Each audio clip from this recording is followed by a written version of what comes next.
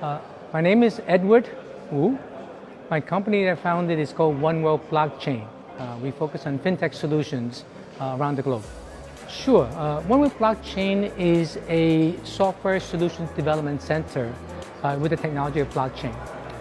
What I have done is that I pretty much use my experience in various parts of the United States and major companies I experienced my career with, build a multi-layer service so that we can go from the blockchain layer up to the application layer of developing a solution for the blockchain fintech industry. Sure. The e-wallet market is very mature. Around the globe, every regional area have their own e-wallet, focusing on credit cards and cash wallet. For instance, in the United States and other parts of the world, PayPal is very important. And now in Asia, you have, of course, WeChat and Alipay, right? They have done a tremendous job promoting the concept of cash e-wallet, right? Credit card linked to cash, to POS, right? To micropayment, to peer-to-peer, right? Sending. The challenge right now is that the current world is moving into crypto, and crypto creates now the multi-currency and the freedom, right, of movement of value between one person to another. So our current next generation e-wallet is not just an e-wallet. It focuses on two key areas. One is what we call wealth management, which means that transparently to the user, because if I'm a user, I don't really care either in cash form, on my bank card, or on my crypto exchange. I should be able to move my money or my crypto asset around transparently.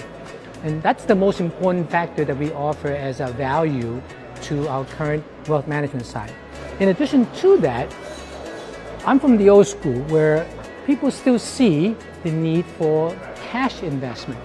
You cannot put all your eggs in one basket, put everything into crypto. So when I have an opportunity, or our clients or customers have opportunities, they may say, look, I want to move X amount of cash into foreign exchange, into securities, into other form of investment.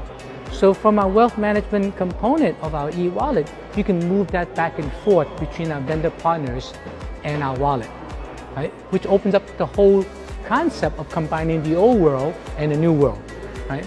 So that's really a key area that I want to emphasize. The other area that I want to emphasize is that we live on our phone today. It's a digital life.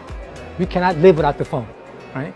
With that said, I've experienced very little offering in the market with e-wallets where it could help me control my personal digital asset. What does that mean? Everything we carry is digital now, right? My passport, I travel a lot. My visas is very important. My personal records, I have children in the United States. Their birth certificates, my homes, my real estate properties. All those things are on paper form that I like to digitize and formalize the asset management side. So I keep track of how much money I have, the asset value, and where are they, okay? At the same time, when you reach a certain level of maturity, you worry about your health. And I think every person should worry about their health. Health is the most important thing. Money is secondary. So the idea of keeping track of your health records, your medical records, at your fingertips, in our e-wallet is very important because it's no longer locked into a particular area. So I have my medical records in the United States. I want to make sure that's available in my phone. I want my recent scans of my bad shoulder also in my phone. We have also now a partner that produces what we call a terror scan system that allow you to go beyond, right, the x-rays, right, where the terror scan is a technology that's between microwave and infrared, give you enough details to see your bones, your organs, and your muscles. That information is so critical to protect yourselves in case you ever need it to show to your doctors or your hospital who you are and what you do. So all those things are in the personal asset management side. I think it's important because, again, you own your records.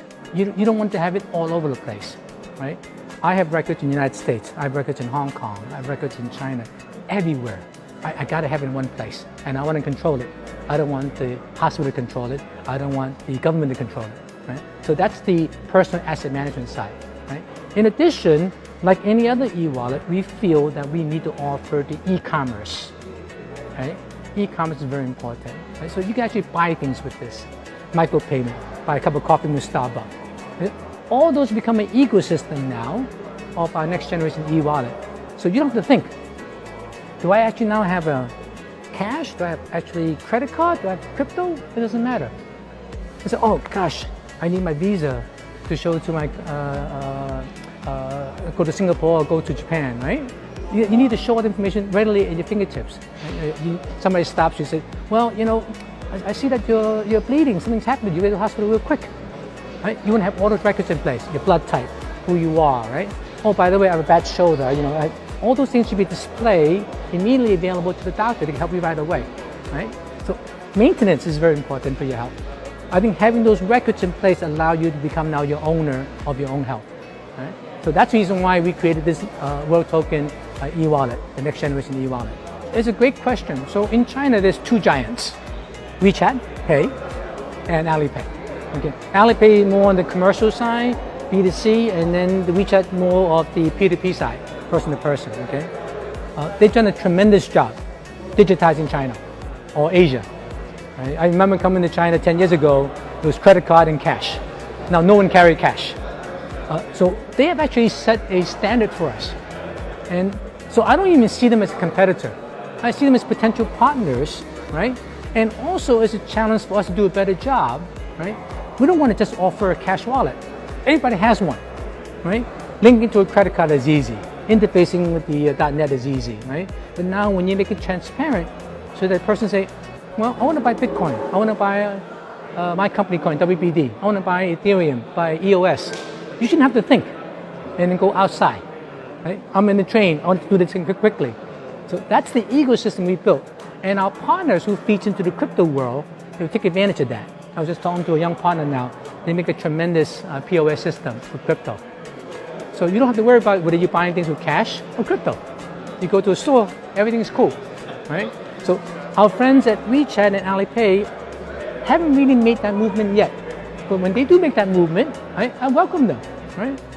Our industry in fintech is too big. We cannot do everything by ourselves. So partners can be competitors can be partners, right? It's the first one in the block to create the ecosystem that everybody can use, right? And competition, based on my years' experience in the financial world, keep you on your toes. It's good. Okay. Again, very good question. It's I would say the flip side of the cash wallet, okay? You have IM token, you have BitPi, you have 10,010 wallets out there. Again, their focus is to have you store the digital asset. Maybe some of them links to an exchange. Maybe some of them came from the exchange. But they only serve you on purpose. Exchange you back and forth, right? If you're lucky, you may have some cash wallet capability, right? But it's not an ecosystem. It's not a solution. It's just keeping track of my coins, right? If I don't use the coins for other purposes, zero functionality, right? And I think that's not what the current digital wallet is meant for. It's only meant for convenience for you to store your asset. What we're offering is very different. We're offering you a functional use of that coin. And the exchange become nothing more than a conversion vehicle from cash to crypto back to cash.